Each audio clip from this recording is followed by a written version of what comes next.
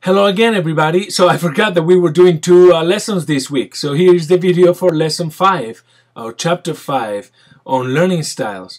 The chapter gives you a lot of information. And the first part of the chapter is going to talk about the learning styles.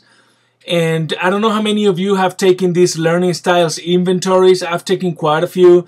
You know, it tells you if you are analytic or synthetic, if you are kinesthetic or visual, if you like from the whole to the units, or from the units to the whole. It reveals a number of things about people, and we know there's a lot of research and science behind all these on learning styles, on how humans acquire knowledge differently. All right, what does that mean to you? You know, as teachers with your ELLs, you're going to have to use strategies-based instruction, which is the latter part of the chapter, which is the one that has a lot of practical information on how you can approach these learning styles effectively.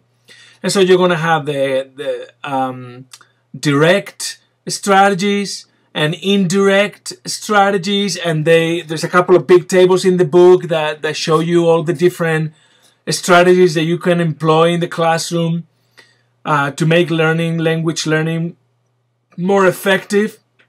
Some of them, to me, are still a little ambiguous, you know, like metacognitive indirect strategies. Metacognition, self-reflection, understanding ourselves is a goal in life for everybody, any class. I've been teaching at all levels for over a decade, and I can tell you that every institution, every class I've taken, Spanish, humanities, that I've taught, education, master level, PhD level, high school level, community college level, 4-year college level, they all claim, oh, critical thinking, metacognition, self-reflection. Well, how do you do that? The question is, how do you do that? If we were all so self-aware of our own beliefs and limitations and our biases, conflict wouldn't be there. I mean, you know, we will all be so self-aware of our existence and our own personal reality that when energy confronts with somebody else, we will be able to navigate through it so smoothly and easy because we are so aware of our own existence. You know, okay, all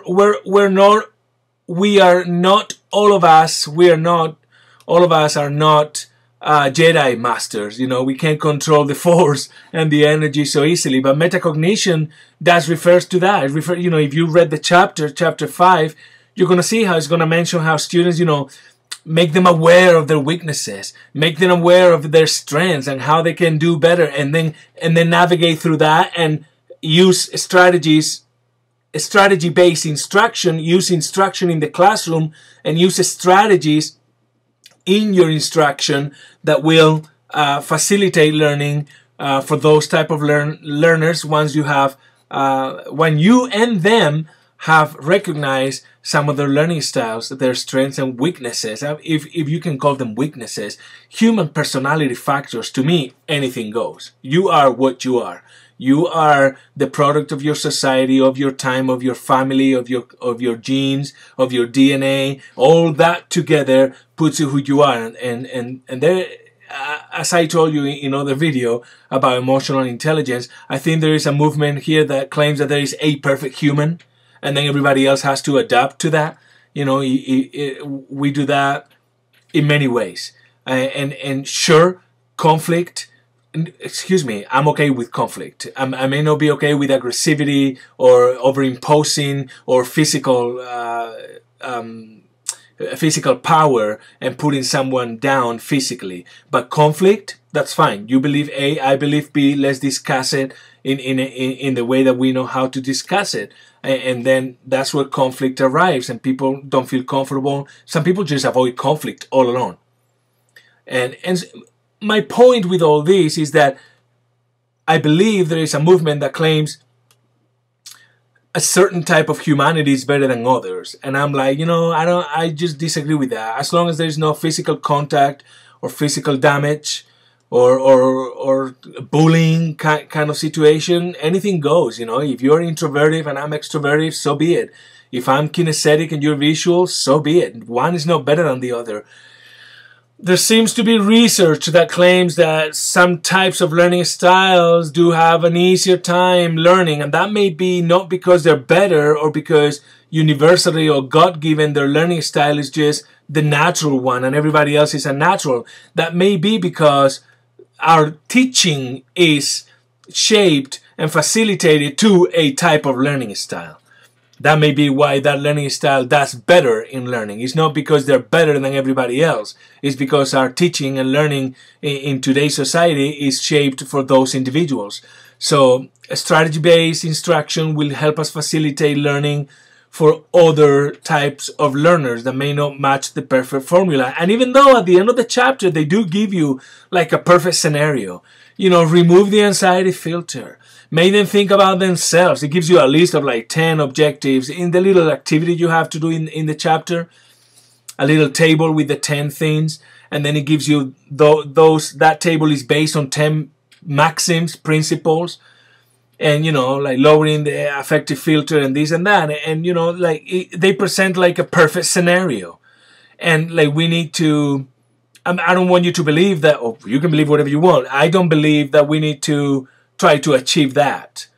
I think that everybody deserves to learn, regardless of where they come from, regardless of what kinds of learning styles, good or bad ones, they inhibit. It's what it is, you know. We cannot just assume that we're going to have a homogeneous group of perfect conditions where learning and teaching is going to happen in a perfect situation. We're going to have to adapt constantly within a 50-minute classroom period. I mean, I'm not talking just in a lifelong adventure or even a semester or an academic year. I'm talking about like in one classroom scenario. You're going to have to adapt to different learners. The chapter gives you some good advices. It gives you some strategies. It gives you some points to recognize, some things that many of you may have never thought about. And some of you may, you know, the learning styles inventories, the LSIs or whatever they call them, they're very popular. I've taken quite a few. There's many that will reveal to you what kind of learner you are. And they do claim that it's a good activity for students to do, not just for the teacher to recognize, because our learning style influences our teaching style. You know, if you're like, for instance, I'm a very visual learner. I'm really visual. I don't know that that's genetic or that I was raised in front of the TV or that I just absorb verbal information with visuals better. I prefer comics to text. I read comic books. It's still text, but it's got images because for some reason it clicks in my brain better. I like movies. And I like making videos for teaching. I know, you know, I'm not so text-based. So as you can see, my learning style does influence my teaching style. So that's a good point to have in mind. But another good point is for your students to do these learning styles. It will inform you of what kinds of learners you have in your classroom, but it will also inform them about themselves. Now, again, we go back to the first point of the video, metacognition. That's a heck of a topic. That's a heck of a goal in life. But if you can get your students to start thinking about thinking, metacognition, thinking about cognition, thinking about how they learn, why they learn the way they learn, what is it that clicks in their brain faster than other things or more solid than other things. That level of metacognition, there is research out there that says that some humans will never be able to reach that point.